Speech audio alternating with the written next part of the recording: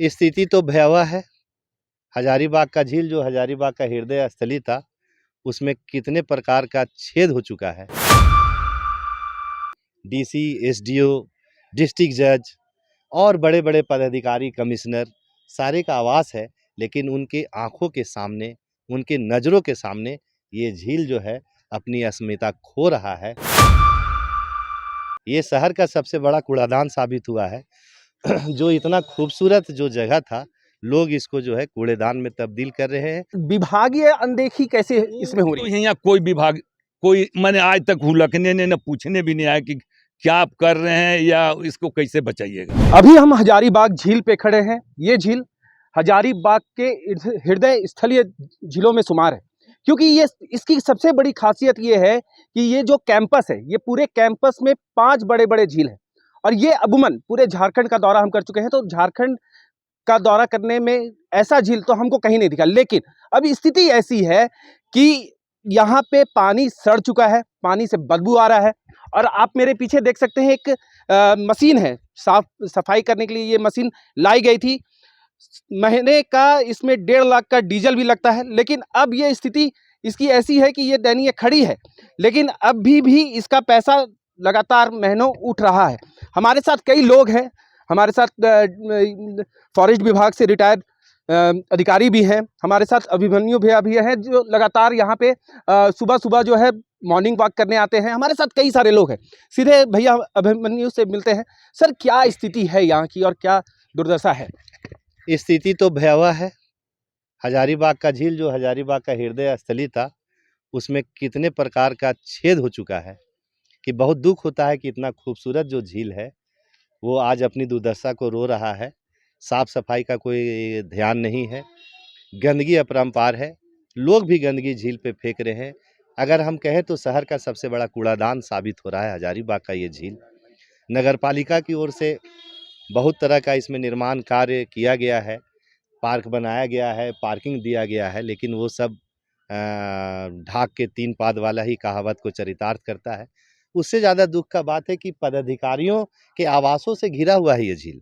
DC, SDO, district जज और बड़े बड़े पदाधिकारी, कमिश्नर सारे का आवास है, लेकिन उनके आंखों के सामने, उनके नज़रों के सामने ये झील जो है अपनी अस्मिता खो रहा है, ये झील समाप्त हो रहा है।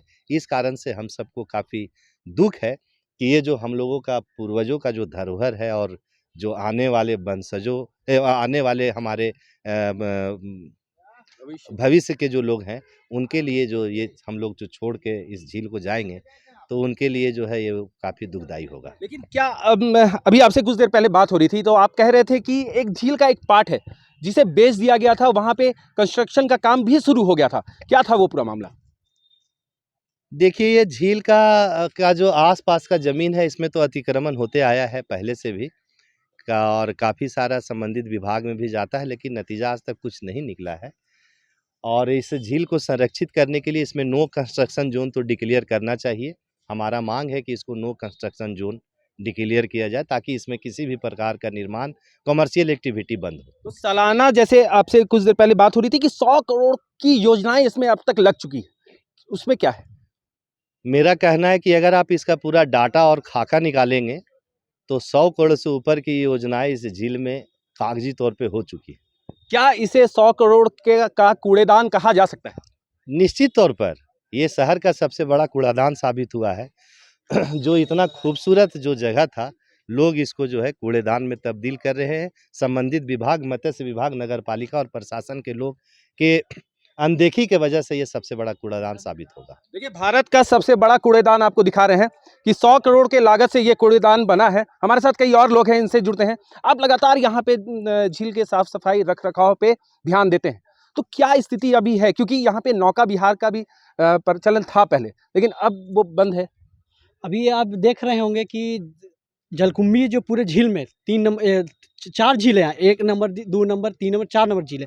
जो ये आप देख रहे हैं 3 नंबर झील है और उसके बगल में 4 नंबर, वो पूरी तरह से जलकुंभी से भर गया है। और सफाई के नाम पर तो कुछ नहीं, हमारा संस्था है स्वच्छता स्वास्थ्य एवं पर्यावरण समिति, जो हम लोग सुबह झील में समय देते हैं, पेड़ लगाते हैं, सफाई अभियान चलाते हैं। तो हम लोग अपने झील में करीब गंदगी देखते हैं तो पिछले हर बार छठ जब आता है तब नगर निगम जागता है, लेकिन सालों भर झील को इसी तरह कूड़े का ढेर की तरह छोड़ दिया जाता है। और जैसे ही छठ पूजा आएगा, पर्व छठ, तो वो सभी एक ही बार में टूट पड़ेंगे और साल भर झील ऐसे ही गंदगी के पड़ा रहता है। यानी साल भर अनदेखा कर दिया जाता है, पर्व के समय में इसे सफाई की जाती है। हमारे साथ कई और लोग हैं। सर, सुबह आप जब टहलने आते होंगे तब उस समय लोग चाहते हैं कि जिस समय हम टहले तब स्वच्छ हवा हो, लेकिन यहाँ पे है कि झील का जो पानी वो खुद सड़ गया है और सुनने में आया कि महिलाएं उल्टी अब करती हैं क्योंकि महकता खूब है। जी, आज ही सुबह की मैं बात बता रहा हूँ। आज हम लोग सुबह मॉर्निंग वॉक कर रहे थे तो कई महिलाएं जो घाट पर बैठ के एक्सरसाइज की, उनको 2-3 महिलाओं को उल्टी हो रहा था और पानी इतना महक रहा है जो वस्तुस्थिति आप भी देख रहे हैं और हम लोग भी देख रहे हैं। सरकार कोई ध्यान नहीं है, नगर निगम सिर्फ यहाँ से और फिशरी विभाग इससे रेवेन्यू जनरेट कर रहा है, लेकिन इसकी कैसे व्यवस्था हो, कैसे स्वच्छ रहे, इसको सोचने वाला कोई नहीं है। इसका सबसे उदाहरण एक बहुत बड़ी मशीन सामने खड़ी है और वो पंगु बना हुआ है। देखिए सर, और एक चीज़ और इसमें ये है कि लगातार यहाँ पे रेवेन्यू जनरेट किया जाता है, जैसे मत्स्य विभाग के द्वारा, पार्किंग को लेके नगर निगम के द्वारा, और कई सारे ऐसी योजनाएं यहाँ पे धरातल पे चल रही हैं जिससे रेवेन्यू जनरेट हो रहा है, नगर निगम को मिल रहा है, मत्स्य विभाग को मिल रहा है, और साथ ही साथ कई ऐसे विभाग हैं जो अपनी योजनाएं लाते हैं। हमारे साथ रिटायर्ड हैं फॉरेस्ट विभाग से अधिकारी है। सर, क्या स्थिति है, क्योंकि आपने एक नींव यहाँ पे रखा था, पहले आप यहाँ पे काम भी करते थे और लगातार प्लांटेशन भी आपके द्वारा किया जा रहा है, लेकिन अब स्थिति क्या है यहाँ की? लोग, सारे लोग नहीं, कुछ ऐसे शरारत लोग हैं कि जो हम लोग पौधा भी लगाते हैं, नीम है, करंज है, उसको विदोहन करता है। क्या है कि विदोहन करता है तो नीम का पत्ता खुजली, दाद, कलकल में काम आता है, वो पत्ता नोच के चिबा जाएगा, मना करने पर लड़ने के लिए भी तैयार है। उसका करंज का है, वो दतमन में उसका दतमन माने मुंह धोने से पैरिया उरिया ये सब लोग जो बता दिया, अरे बता दिया तो बड़ा पेड़ में कहीं जाके करो, लेकिन जो हम लगाए हैं 10 भाई मिलके, उसको सुरक्षित तो रहने दो। चलिए, ये लोगों की बात हो गई, लेकिन विभागीय अनदेखी कैसे इसमें हो रही है? तो यहाँ कोई विभाग, कोई मैंने आज तक हुलकने ने न पूछने भी नहीं आया कि क्या आप कर रहे हैं या इसको कैसे बचाइएगा। वो हम लोग खुद अपना दिल है, जनता के प्रति उदारता हम प्रकट करते हैं। छठ अभी आ रहा है, हम लोग अपना मन से सब जो ग्रुप मेरा है इसमें चूना डालेंगे, फिटकिरी डालेंगे, जलकुंभी निकालेंगे और उठाने का, जलकुंभी निकालेंगे और उठाने का मेरा पावर नहीं है, लेकिन वो निगम अपना जब फेंक दे। लेकिन हम 1 घाट 2 घाट, यहाँ 16 घाट है, लेकिन 16 घाट में हम लोग ये देखिए, प्रूफ ये भी इंसान है, निकाल देते हैं जलकुंभी। हमारे पास बेलचा है, पंजा है, फांसा है, जाल, सब चीज़,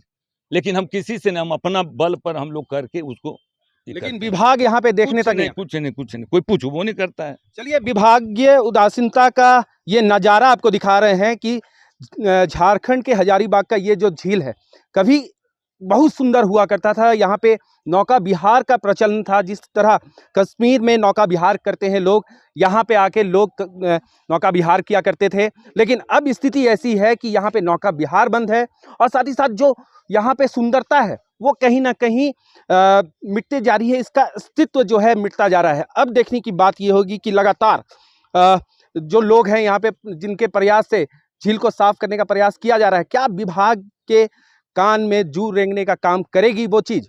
मैं पीयूष मिश्रा, फॉलोअप के लिए Hazaribagh.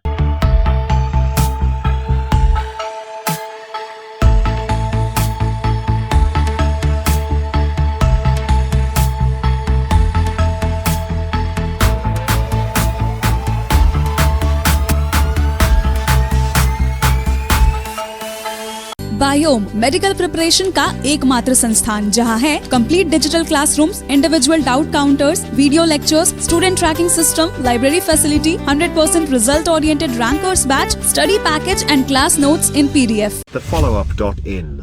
Like, share and subscribe. www.thefollowup.in